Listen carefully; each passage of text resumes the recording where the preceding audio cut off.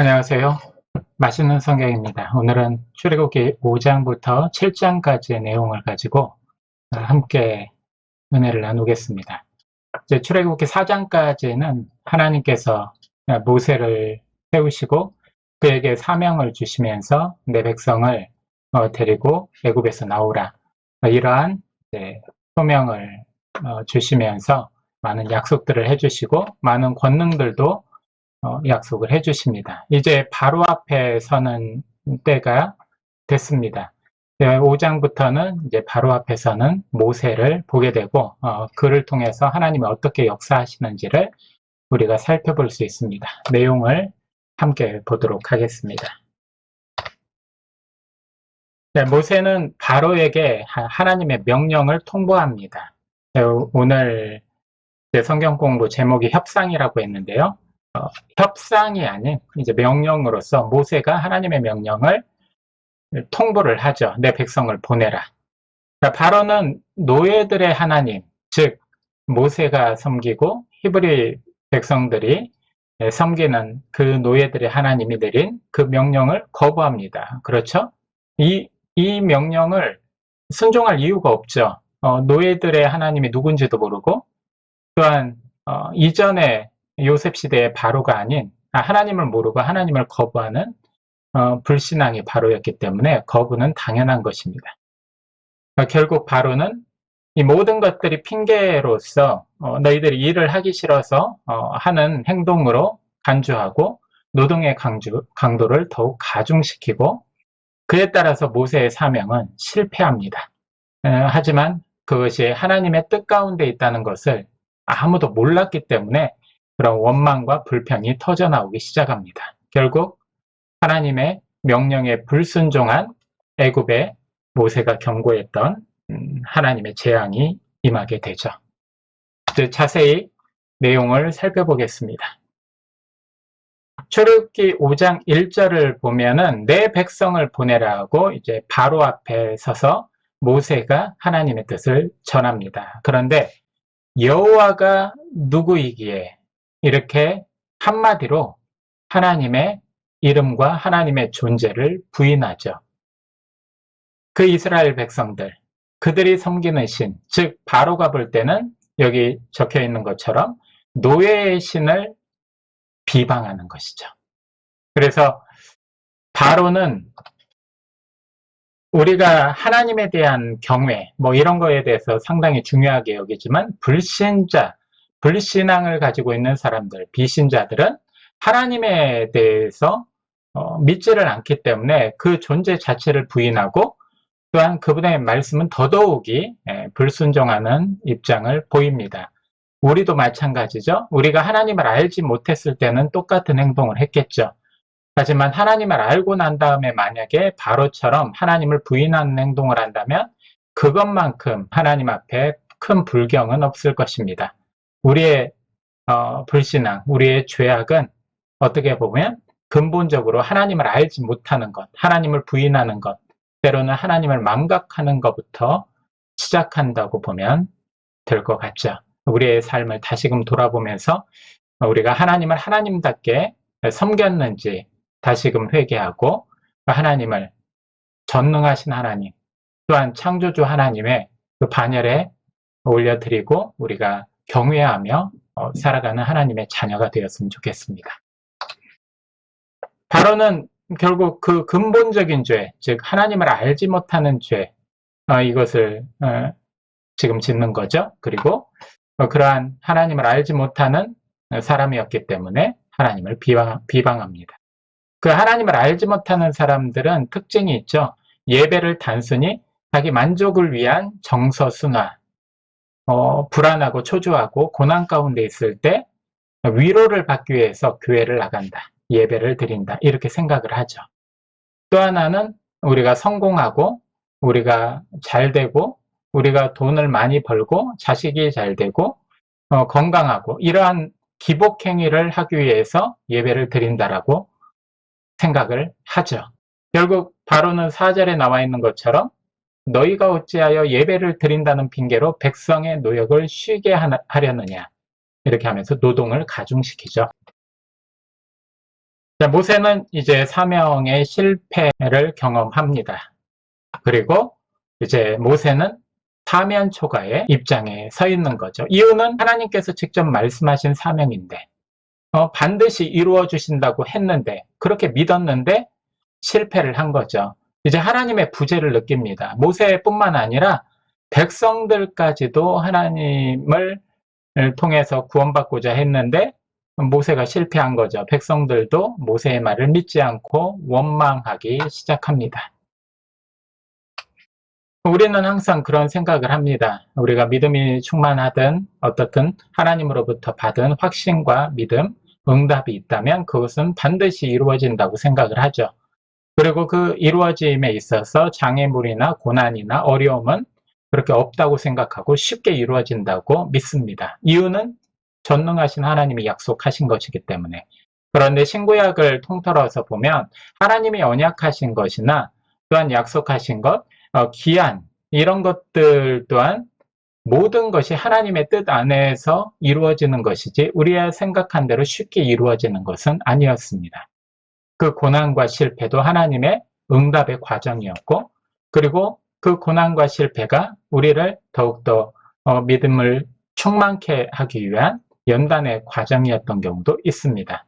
여기 보면 모세는 그러한 과정들, 그런 과정들에 대해서 생각을 하지 못하고 하나님께서 이루어 주신다고 했는데, 그리고 하나님이 말씀하신 명령인데 이것에 대해서 실패한 것에 대해서 낙담을 하죠. 그러면서 23절에 이 말을 합니다. 내가 바로에게 들어가서 주의 이름으로 말한 후부터 그가 이 백성을 더 학대하며 주께서도 주의 백성을 구원하지 아니하시나이까. 하나님이 주신 사명이라고 해서 쉽고 평탄한 것만은 아닙니다. 실패와 고난도 하나님의 사명을 이루는 과정 중에 하나인 것이죠. 모세는 이 부분에 대해서 알지 못했던 것 같습니다. 하지만 하나님은 이 모세의 실패 알고 계셨죠. 왜? 이전에 앞서서 바로의 마음을 강팍하게 해서 이제 거부할 것이라는 것을 미리 표명해 줬기 때문에 알고 있었습니다. 그래서 하나님은 다시금 모세를 격려하면서 모세에게 똑같은 사명을 6장 1절부터 8절까지 주시죠. 그러면서 2절에 나는 여호와니라 이렇게 말씀을 합니다. 이전까지는 아브라함의 하나님, 이삭의 하나님, 야곱의 하나님, 이렇게 족장, 아브라함의 그 족장의 하나님으로서 하나님이 역사를 하셨는데, 이제는 민족을 이루겠다는 하나님의 언약이 이루어지고 애굽에서 민족을 이룬 후 하나님은 새로운 하나님의 언약을 이루시기 위해서 이제는 족장의 하나님이 아닌 민족의 하나님으로서 새로운 이름을 선포하십니다. 그게 바로 여기에 언급된 여호와죠. 새로운 이름 여호와를 가르쳐 주시고 선포합니다. 그리고 나서 비전을 주시죠. 8절에 너희에게 주기로 한 그 맹세한 땅을 주리라.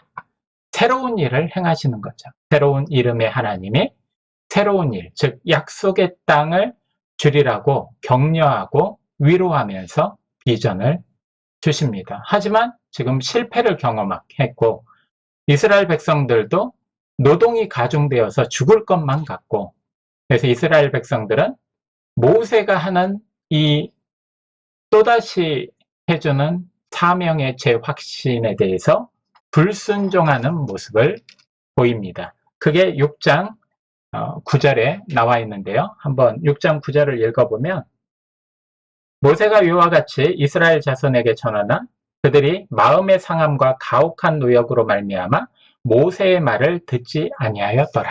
이렇게 나와 있어요. 그래서 백성들의 불순종에 의해서 모세 또한 이제 사면총화에 다시금 몰리게 되고 모세 또한 하나님 앞에 다시금 항변을 합니다. 그 내용이 12절에 나와 있죠. 모세가 여호와 앞에 아뢰어 이르되 이스라엘 자손도 내 말을 듣지 아니하였거든 바로가 어찌 들으리까? 나는 입이 둔한 자니이다. 이렇게 앞서 모세를 불러다가 사명을 줄 때도 하나님이 굉장히 많은 격려와 설득과 위로와 또 때로는 분노도 하시면서 나는 자격이 없습니다 하는 모세를 세워줬는데 또다시 원점으로 돌아간 모세의 모습을 보게 됩니다. 여기서도 마찬가지죠. 하지만 하나님은 끝까지 백성들에게 언약한 그 땅을 주시기 위해 그 이전에 아브라함에게 언약했던 하나님의 약속을 이루기 위해 더 큰 범위로 얘기하면 우리 사람들 각자에게 주신 하나님의 언약을 이루시기 위해서 하나님은 절대 포기하지 않고 13절에서 다시금 모세에게 일어나 아론과 같이 가서 바로에게 내 명령을 전하라고 다시금 말씀을 하죠. 여기 나와 있는 것처럼 그럼에도 불구하고 사명을 받은 모세도 항변하고 이스라엘 백성들은 불순종하고 누구 하나 하나님을 믿으려 하지 않는데 그럼에도 불구하고 하나님은 포기하지 않으십니다. 포기는 항상 내가 했던 것이죠. 기도하는 내가, 또 응답을 주시는 하나님이 아닌 하나님 앞에 간구하는 우리가 포기는 항상 해왔습니다. 하지만 하나님은 결코 우리를 떠나거나 포기한 적이 없습니다. 끝까지 인내하면서 하나님을 의지하고 하나님을 기대하시기 바랍니다. 그리하면 믿음대로 될 것입니다. 출애굽기 7장 보다 보면 갑자기 이제 모세의 나이가 언급이 됩니다. 여기 7절에 그들이 바로에게 말할 때 모세는 80세였고 이렇게 나와 있죠. 당시의 평균 수명이 약 40세라고 합니다. 그리고 이스라엘 왕조 있죠. 특히나 다윗 왕조를 보면은 그 왕조의 왕들을 이렇게 수명을 살펴보면 70세를 넘긴 사람이 한 명도 없었습니다. 당시 평균 수명이 40세인데 모세가 소명을 받은 나이가 80세입니다. 거의 수명의 2배 이상을 산 것이죠.